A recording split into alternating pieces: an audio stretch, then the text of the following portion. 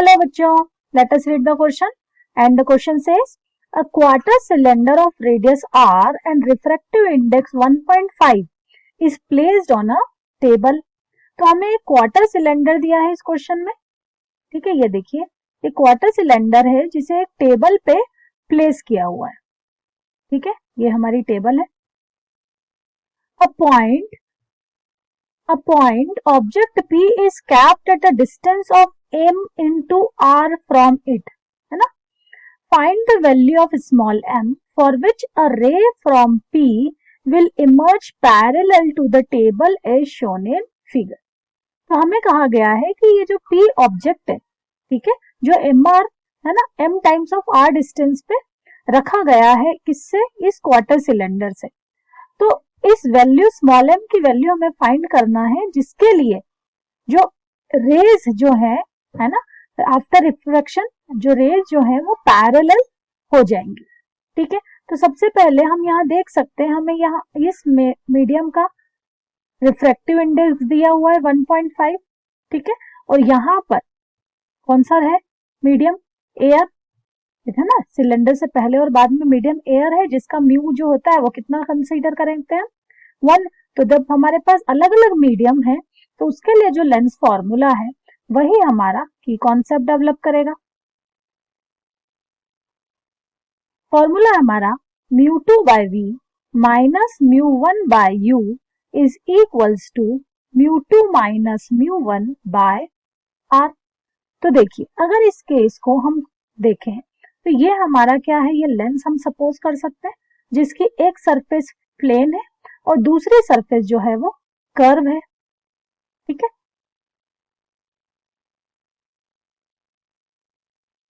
इस सिलेंडर को हमने एक टेबल पे प्लेस किया हुआ है. देखिए, यहां पर हमने कोई एक पॉइंट P सपोज किया. ठीक है, पॉइंट P ऑब्जेक्ट है हमारा. इससे चलने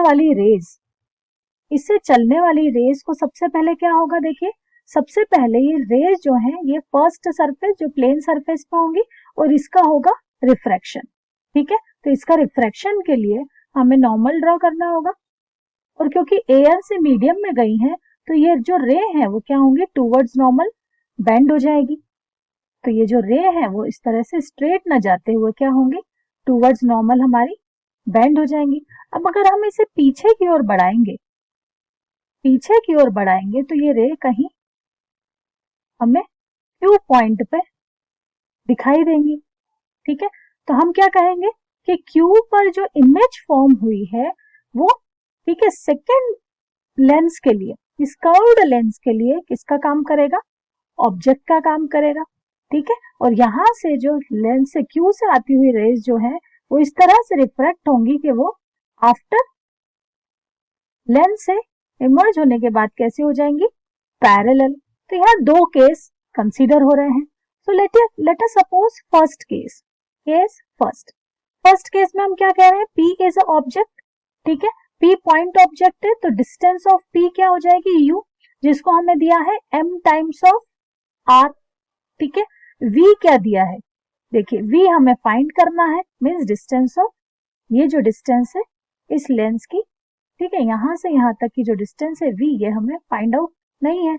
ये जो है U, ये हमें दी गई है m times of r.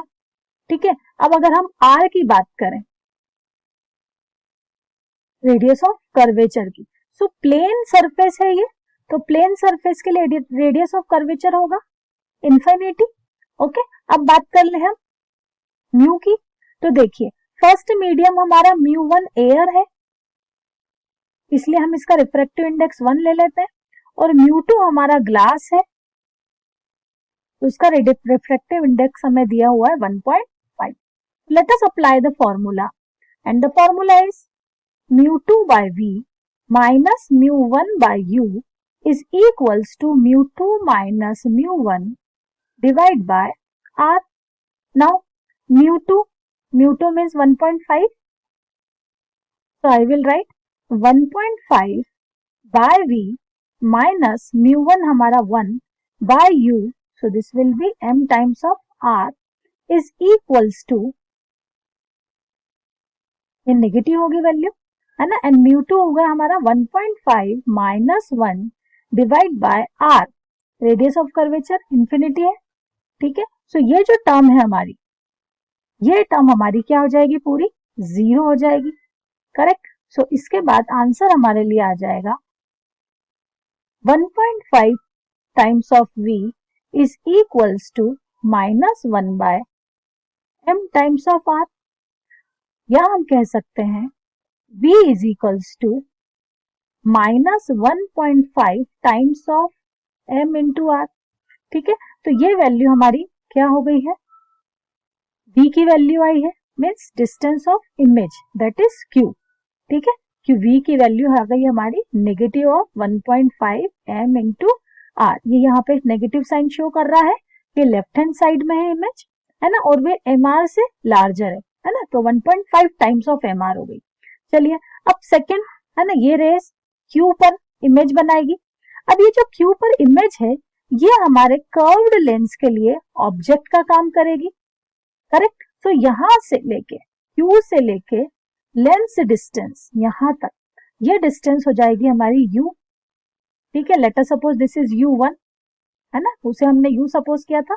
So lens के लिए डिस्टेंस ले लेते u1, जिसकी वैल्यू कुछ कैसी दिख रही है, हमारी वैल्यू है q से लेके mr तक की, यहाँ इस पॉइंट तक की डिस्टेंस जो है हमारी that is 1.5 m times of r, and this distance is given as r, तो ये हो जाएगी प्लस r।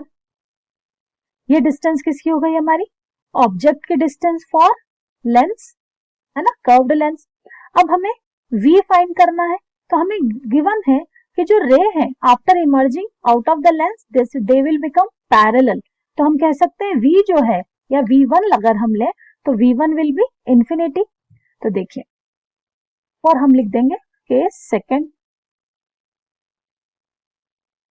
ठीक है। केस सेकेंड में अगर हम देखें u1 is 1.5 times of m r plus r, v1 की बात करें सो v1 will be infinite, and r क्या हो जाएगी, है ना, radius of curvature curved circle, तो हम सपोज कर लेते ये क्या है हमारी, ये radius of curvature r given है ना।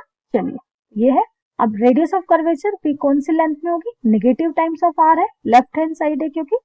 चलिए अब u1 म्यू1 की बात करें तो फर्स्ट, अब देखिए सेकंड लेंस के लिए ये हमारा फर्स्ट, है ना, मीडियम हो गया, ये हमारा सेकंड मीडियम हो गया। So mu one is equals to 1.5 हो जाएगा, and mu two is equals to हो जाएगा हमारा 1। Let us apply the formula, mu two by v1 minus mu one by u is equals to mu two minus mu one divide by r, ठीक है, और ये r जो होगा वो नेगेटिव रहेगा, एंड ये u1 है।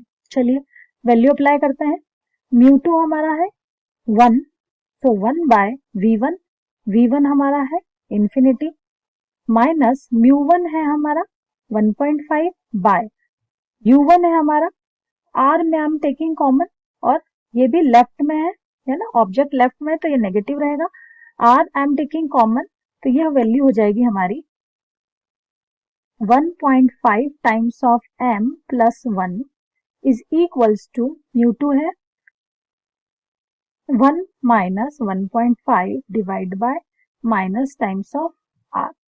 तो देखिए ये minus r and minus r will get cancel, अब ये 1 बाय इंफिनिटी की वैल्यू भी 0 हो गई, तो यहां मैं लिखूंगी 1.5 divide by 1.5 m plus 1 is equals to 1 minus 1.5 0.5, और 0.5 को 1 बाय 2 भी लिख सकती हूँ मैं।